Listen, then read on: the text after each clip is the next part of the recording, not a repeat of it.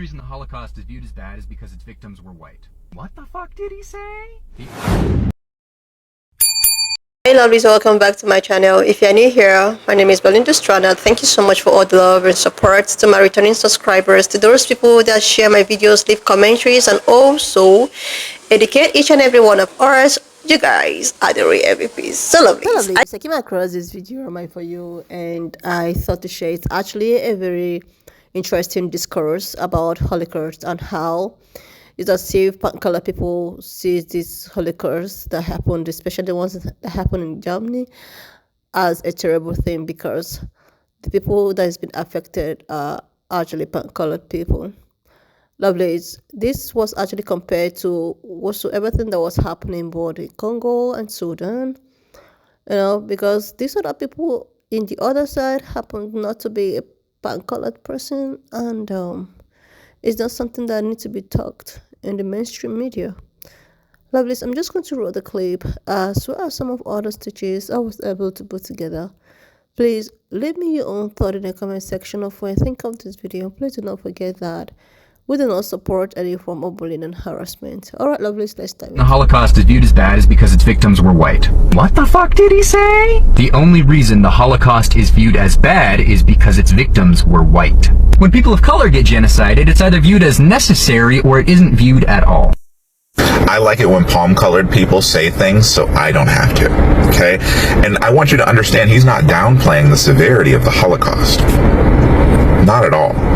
It was a horrific blight on human history.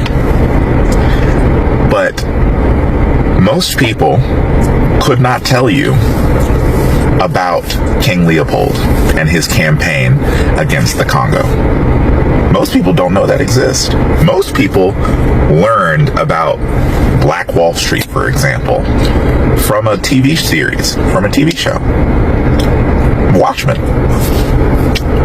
King Leopold, if you didn't know, slaughtered somewhere around 11 million African peoples while maiming and disfiguring millions of others.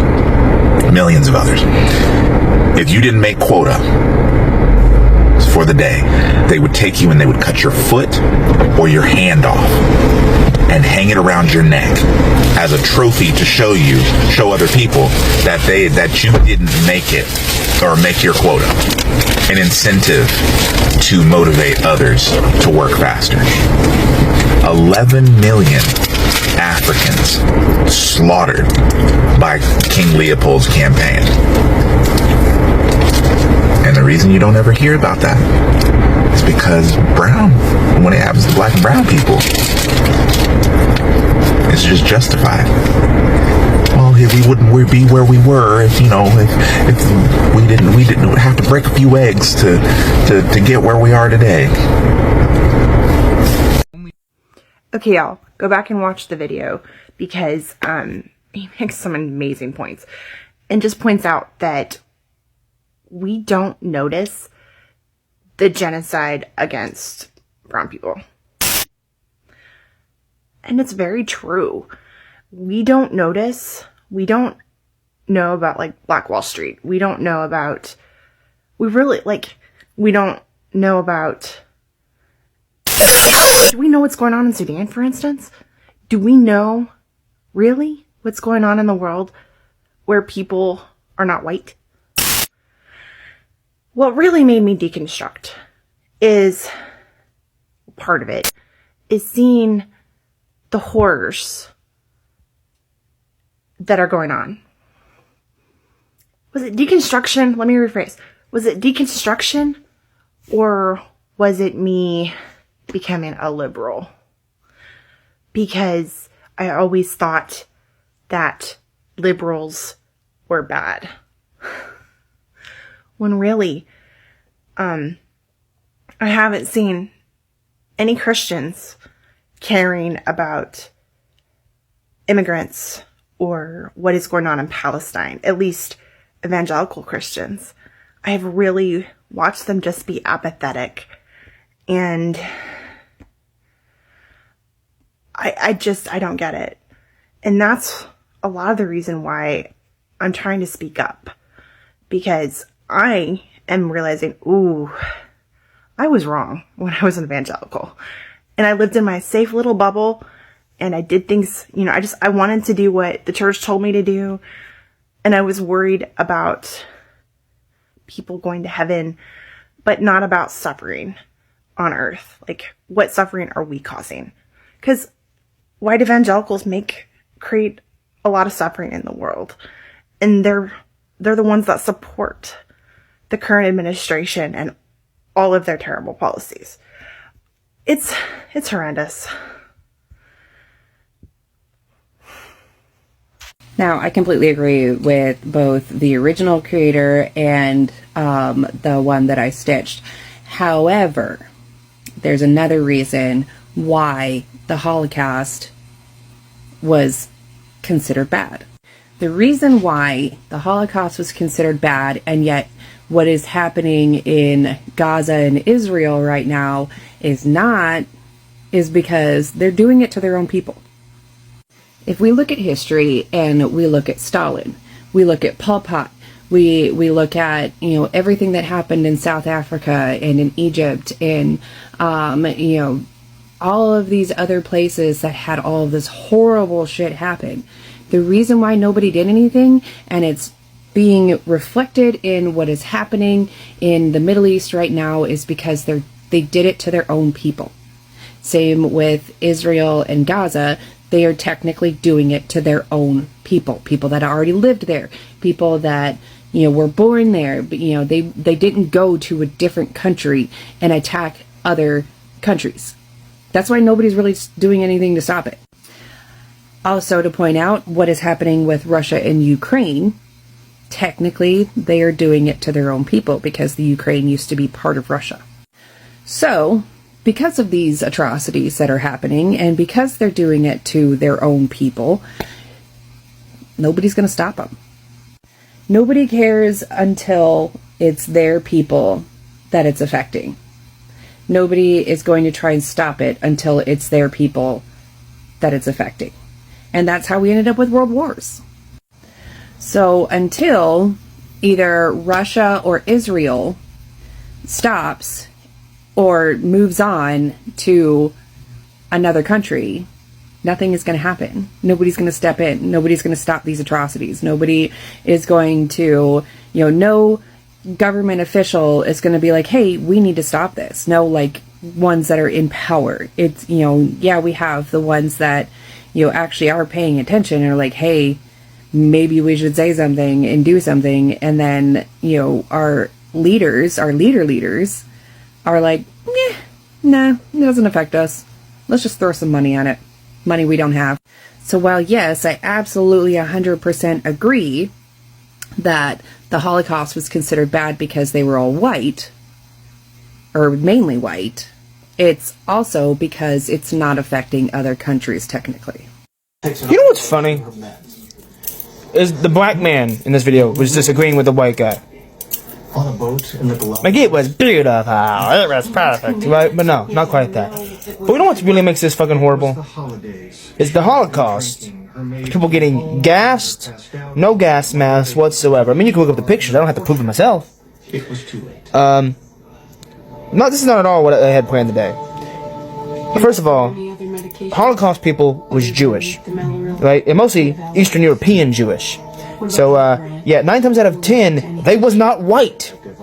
They was darker than this fucking tan. That did not show well on camera, but you get the point. The reason the Holocaust is viewed as bad is because its victims were white. When the famine of Ukraine took place, Kazakhstan also been through the most severe famine in human history. That killed millions of people just like in Ukraine. But not many people know about this. There was also a nuclear plant explosion in Kazakhstan. The nuclear radiation is still there today, just like in Chernobyl, Ukraine. Basically, Kazakhstan had been through the same major disasters as Ukraine. But the whole world only remember Ukraine. I'm not here to downplay the suffering of Ukrainian people. I'm just stating the fact that this is unfair. I once asked my college professor if we learned so much about the Holocaust in school but not about other genocides of other people because the Holocaust was committed against white people. And at the time, I didn't really fully understand the politics of Israel, so it wasn't about that. It was about the fact that I was in college taking feminist studies courses, learning about so many genocides all over the world throughout history, and wondering, God, I just know so much about the Holocaust. And granted, there are tons of unique facts about the Holocaust and the genocide against Jewish people in Europe. It was relevant because it was somewhat recent. Obviously World War II, so there was a lot tied in. I understand why I learned so much about it. But I had been under the impression up until college that it was like a one of a kind. And learning about all these other genocides, I was like, wait a minute. And I literally raised my hand and I was like, is the reason why I know so much about the Holocaust because it was white people that were victimized? And of course, at the time, they did not have their whiteness. Just like when Irish immigrants came to America, they did not have their whiteness. Whiteness is a system that casts people outside of it. So Jewish people were not white at the time, even though they're white now. Unless they're not white, in which case they're not white. But yeah, I reject all of the storytelling that Israel loves to do about how Jewish people are the most hated group of people on earth. Nobody's been more vindicated than them, blah, blah, blah, blah, blah. Makes a good argument for needing a safe place to colonize an entire piece of land, but no. Unfortunately, genocide is not something that only has happened to Jewish folks. When people bring up the Holocaust, they understand how bad it was. Like in every single minute detail, if you ask someone like how bad was the Holocaust, they'll be able to say in every detail what exactly happened to Jewish people. Justifiably so. But when it comes... Love this video, wanted to stitch it, but when I stitched for too long, my voice is muted. Don't know why. TikTok never fixed it, whatever. Something else I want to add to this conversation, however, is something I noticed when I got into middle school is that every single year going to high school, the chapter of slavery that we study in history classes gets shorter and shorter. And every single year, the terminology around slavery and what it really was changes. Luckily for me, I had dedicated history teachers who loved history and loved sharing it as accurately as possible. So we got to have a lot more resources than what was expected of us. My teachers constantly had books, PowerPoints, movies, and stories to explain to us just how brutal slavery really was. And it's often crazy that slavery itself in the US is American history. It's part of our fabric of history in America, whereas the Holocaust, we're attached to it in some ways, but it's not part of our fabric. But we learn more about the Holocaust. There's more focused on the Holocaust than there is on slavery. And while I'm grateful to have learned about the Holocaust and have the resources to understand what it truly was and how it affected the demographic of people that were attacked, which also included more than just Jews, it will always be dehumanizing how unserious slavery is to the American system, how unserious slavery can be to the American people. We can understand that the Holocaust has long psychological and systematic issues towards groups of people in certain places, but we cannot understand the same for America. We cannot understand the same for slavery. And I'm sure most of us understand that there's only one reason why this is the circumstances. It's because inherently, systematically, socially, governmentally, whatever Lee word you want to use, we all believe that violence towards black people is okay. That's what's being perpetrated. I want to talk about Whoopi Goldberg's recent remarks about the Holocaust, where she said that the Holocaust was not about race. It was about Germans oppressing Jews, and both were groups of white people, so it couldn't be a matter of racism. And I understand how this might make sense from a very narrow American perspective, but this is inaccurate for a variety of reasons. The first thing to acknowledge is that there were roughly 12 million victims in the Holocaust.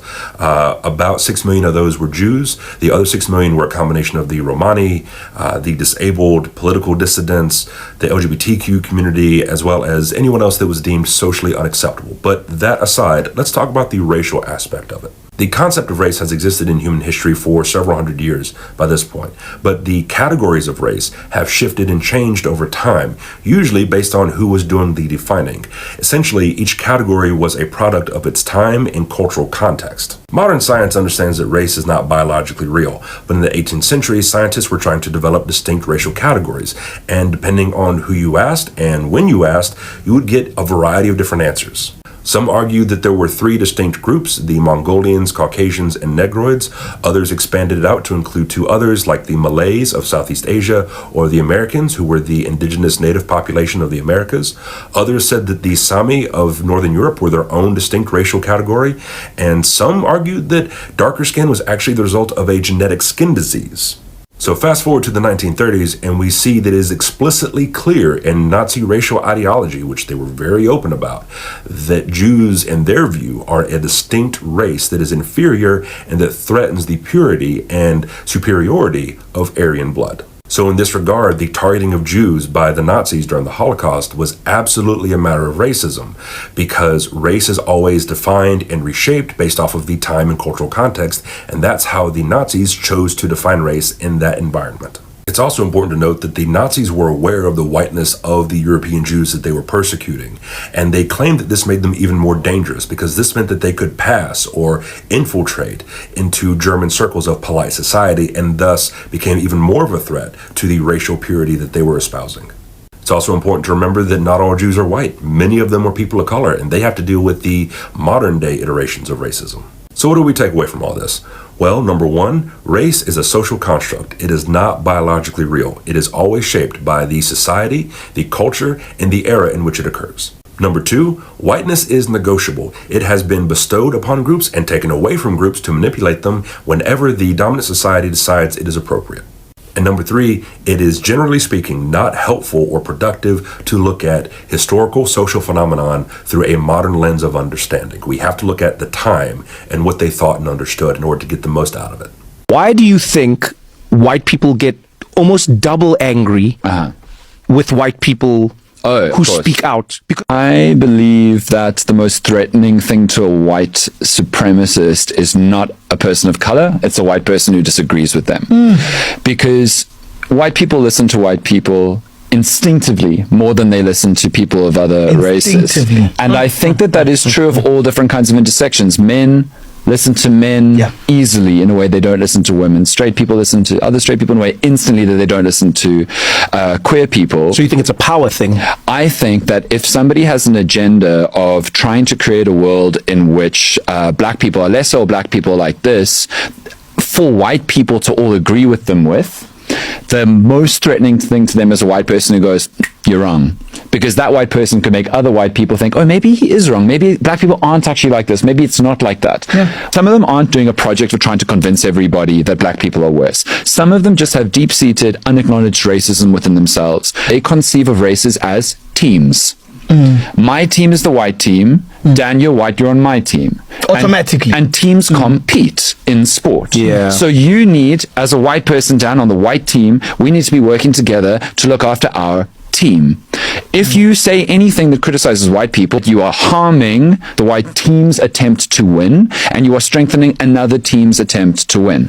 That is a fundamentally subliminally racist conception of how race should be most important in the way that you build power and protect community. When I came across this Holocaust discourse by this colored man talking about why people see Holocaust as something so extreme, as something that everybody needs to, get interested in, is because it's really affected, the mass majority of pen-colored people. But when is in terms of anything that has to do with people that looks like me, or any suffering that has to do with brown people or black people, you see that it has less attention, or they don't even want to talk about it. They don't want you to keep on mentioning it. But that has to do with the other people.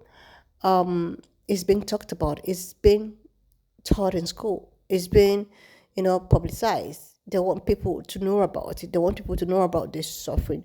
But the other way around, they want to suppress it. When I came across that particular stage, it actually reminds me of what happened last week, where Orange Man was like, there's a particular museum that he want them to change some of the historical facts, seeming it's that the historical stuff found in the said museum makes it look like slavery was so intense. Like, it's as if slavery was something that is so horrible. Meanwhile, slavery was very, very horrible. But he just wants to change the narrative, paint the narrative to actually make it something that is so accepting, or something that is not as extreme as whatsoever in the museum makes it to be. Another thing I wanted to point out is the fact that these people that went through Holocaust actually received reparation, right? If I'm not mistaken, please leave in the comment section. If correct me if I'm wrong, but I heard that they actually receive reparation. Even till date, they are still receiving reparations. Meanwhile, the people that went through slavery, chattel slavery, and thereabout are still in the midst of discourse about if they need to have reparations or not, which is not something that was supposed to be. These people, often make slavery and historical stuff that has to do with slavery. They want to limit it. They don't want the information to go out there. They just want to keep on making this story as if it's something that's really something that happened and everybody was so okay with it, and it's not something that really happened, that didn't take long periods of time to happen. Like, they're just trying to limit it. Recently, and I'm beginning to notice it, that they're trying to make it look like it's just one thing that happens after 6 months and everybody was fine. They're trying to also change the narrative. And this particular clip also reminds me of what is happening in Palestine compared to every other thing that was happening in Congo and Sudan. Before also everything that is happening in Palestine, I'm not justifying the fact that was most of the things that's been happening, genocide and all of that is justified. Is not. But the thing is that even before that of PAL, there are other people that have been facing genocide have already, like, it has always been a thing, especially in Congo. Mind you, Congo is a place whereby most of the things that we use, most of the electricals, cars, phones, iPhones, and all of that are being gotten from the said place. But these people are being in GNOC for years. Nobody was talking about them. Nobody, even the mainstream media, was not, the informations are not, coming out there. But once something like that happened in PAL, which I'm not justifying, it's also not wrong. You see all over the social platform covering it, people filming it, people talking about it. It was even when that of PAL was over the board, people were talking about it. People were like, that was when some creators started talking about what was happening in Congo.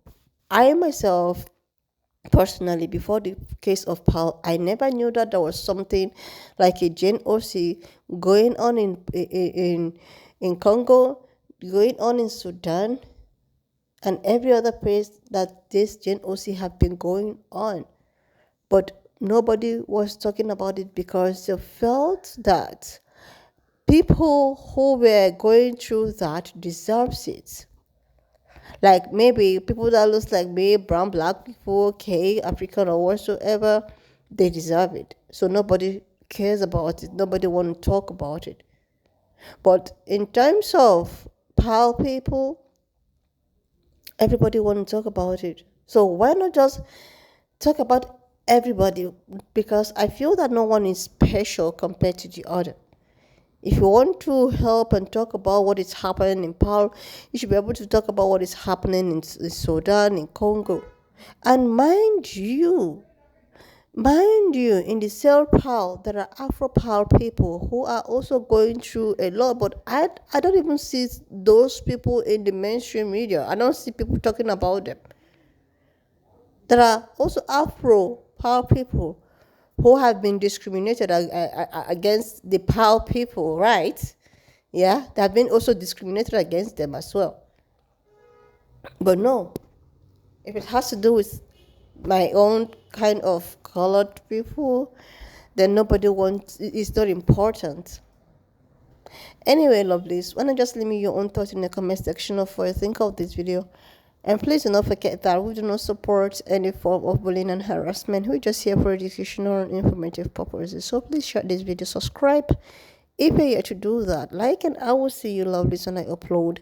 A huge favor to click on the subscription button, like, and I will see you lovelies when I upload the next one.